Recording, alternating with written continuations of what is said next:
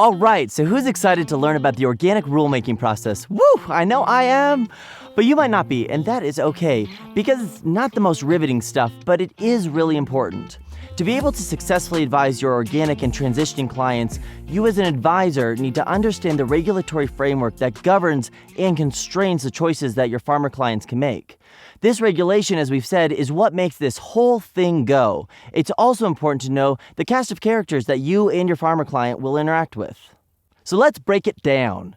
The organic industry in the U.S. is made up of three main entities that all work together to make sure that the products sold as certified organic are indeed organic.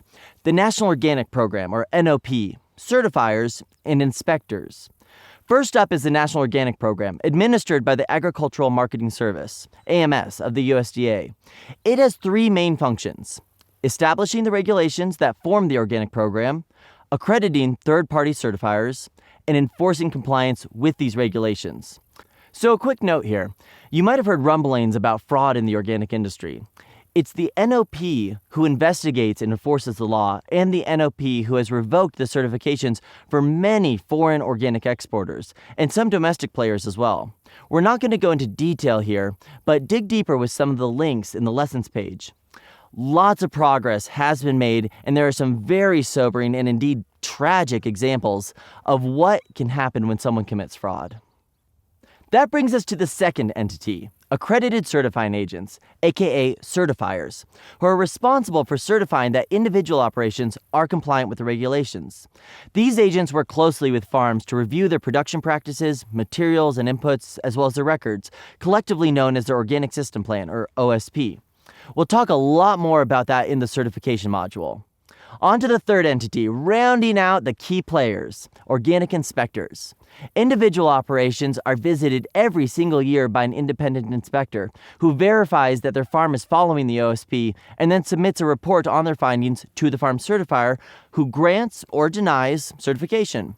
In the end, a farm operation that has gone through the certification process can sell into certified organic markets or sell goods with that USDA organic label on it. So those are the folks who make up the rulemaking and rule enforcing side of the organic industry. But how are those rules made, and how are they changed?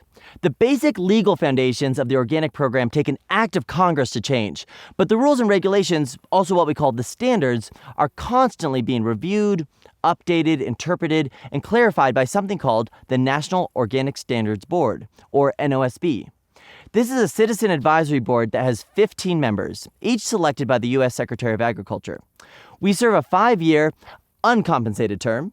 The NOSB is a great cross-section of the industry with seats for farmers, handlers, environmental scientists, and consumer advocates. You might have caught a little bit earlier that I said we. So full disclosure, I'm in the second of my 5-year term in the farmer seat. We meet 2 times a year to host public forums where we can deliberate and decide right there. To update the standards, our recommendations are then handed off to the USDA.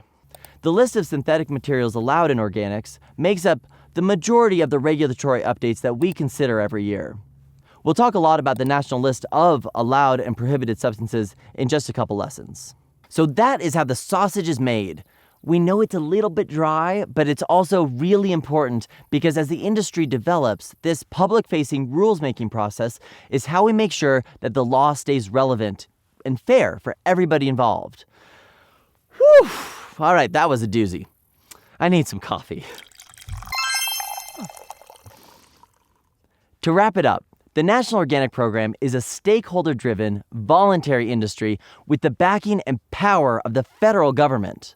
As an advisor to organic and transitioning clients, your understanding of this regulatory ecosystem in which your clients function will give you real credibility and result in lasting trust from your clients. Let's get some rubber on the road here. In the next lesson, we'll cover the top 7 regulations every advisor needs to know. See you there.